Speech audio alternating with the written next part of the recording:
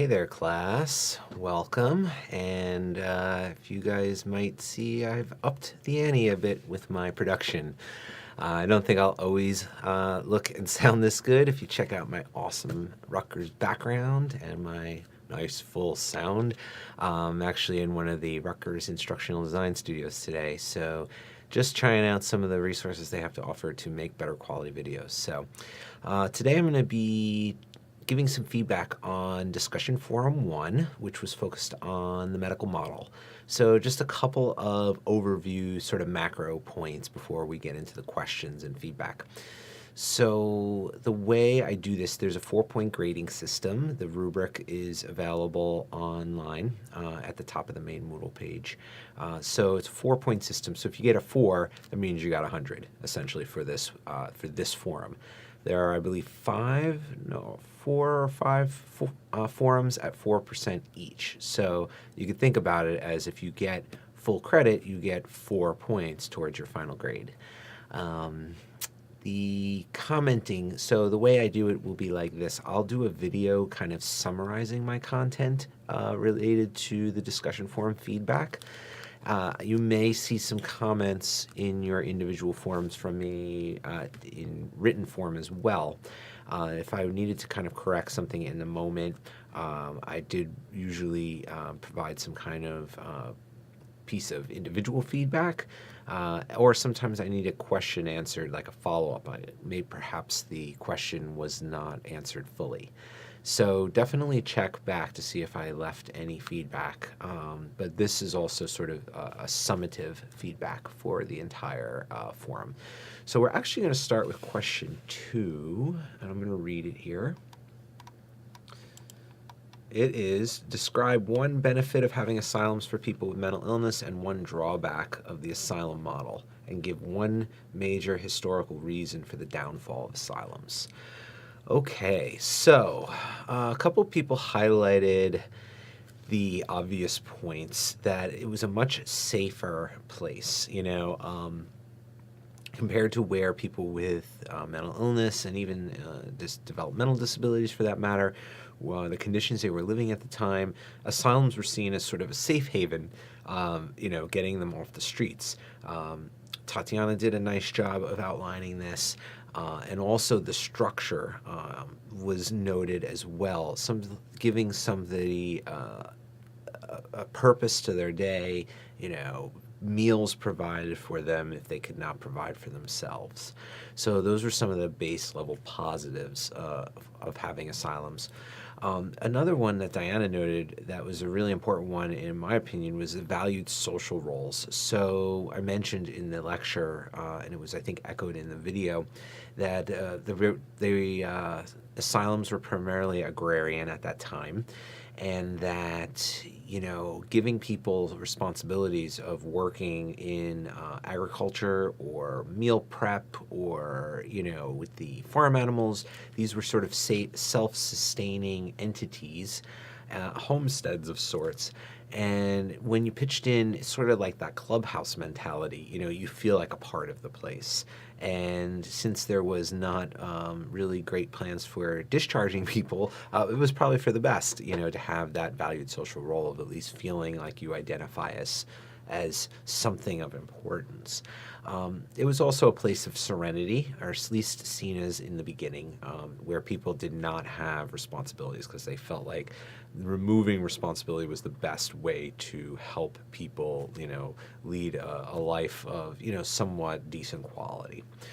I liked Kate's response in particular, comparing it to communism, but thinking about it as like this idea, it was good on paper, but really when it played out, it ended up being a failure. And that's really the one point I wanted to stress, based on the feedback that people gave, or the answers that people gave. My feedback would be, people noted the good intentions, and in the beginning, it was actually pretty good.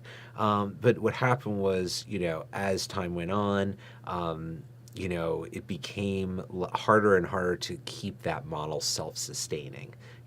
Many people noted the overcrowding.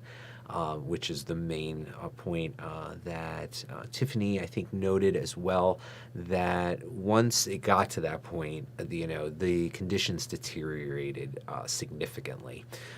Astrid noted too, there was really no plan for getting people, entered back into society. It was sort of seen as this like final resting place of sorts for people to, just kind of be secluded away from their families and cared for. But what if people got better? They never really anticipated that or tried to kind of address that problem in the height of the asylum days. Also, the stigma associated with mental illness and being, involved with a institution like an asylum certainly was a negative drawback that Victoria noted. And the treatment options they had, these grand ideas of housing people, didn't really have great ideas on how to treat mental illness, as Leslie and Diana noted. So it was like once we had them all in this place, like, wow, what do we do with them? Became a big problem. So the Community Mental Health Center Act was the big piece of legislation that was enacted by President Kennedy that started the deinstitutionalization movement. But the final point I wanted to make before getting on to question one was that I don't think people at the time were aware that they were going to be sort of opening up the gates of these giant asylums. I think that the intention was like, we'll start to release people a little bit at a time, and it just kept going. It didn't, all happen, in the 60s. It was a decades-long process, and to some extent still continues. All right, let's get to question one. So I wanted to read it. The question is, describe one benefit of the medical model of disability and one drawback of the model when considering how to treat mental illness. Give one major historical reason for why and how the medical model developed out of the religious model. So I want to give props to a couple of really good answers. Anthony's answer, really great job, and Michael's for question one. So this took a bit of, you had to read the article and offer some kind of reflection on that. It was a bit of a challenging article, I admit, but I think it was helpful in terms of like kind of trying to describe what advanced thinking at the time was. Is like, this medical model doesn't apply. We need something new and better.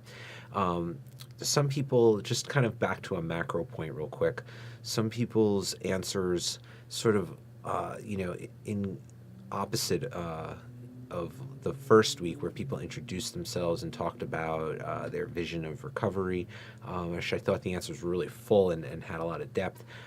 You should be spending, a couple of sentences or up to a paragraph per piece of this question when you're giving your responses, your initial post. Don't think that answering each point with one question is really sufficient. So again, look to Anthony and Michael's responses, to kind of get a picture of like what a full, complete answer, and many others did it as well. But I just want to highlight them because they came to mind for question one. So benefits. So people are treating symptoms or medical doctors in the medical model, as Naya noted, and that is a benefit. Coming out of the religious model, this was seen as a scientific movement, and it was pursuing a cure, and that was kind of revolutionary considering where we had come from at the time. And the medical model is also positive because it provides a rationale for simple explanations, which the article talks about the deduction. Simple isn't always the best, but if you are trying to kind of come up with the roots of a problem, sometimes you have to start at a simple case. So I think the intentions were good to try and reduce, disorders within the early workings of the medical model to a singular cause. It doesn't really work for mental illness, as we know. Victoria noted, the concept of really focusing on physical reasons for a disease was, a bit revolutionary at the time. And then the negative. So people noted, the separation of mind and body is a drawback when you're trying to explain or come up with a cause or a cure for mental illness. So we now know, that there is this interplay.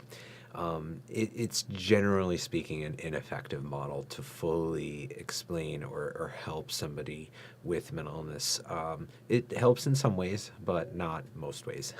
And I believe it was Kate's response to Melanie's post, talked about, really this idea of like, you're not in the medical model treating the whole person. And this really brings up the idea of what comes later of illness management in kind of the realization of, there isn't a cure, but we can manage it as best we can and sort of figure out ways to best cope with strategies. So hopefully you found this feedback helpful. You should be getting grades very, very soon posted. Any questions, send me an email. Thanks.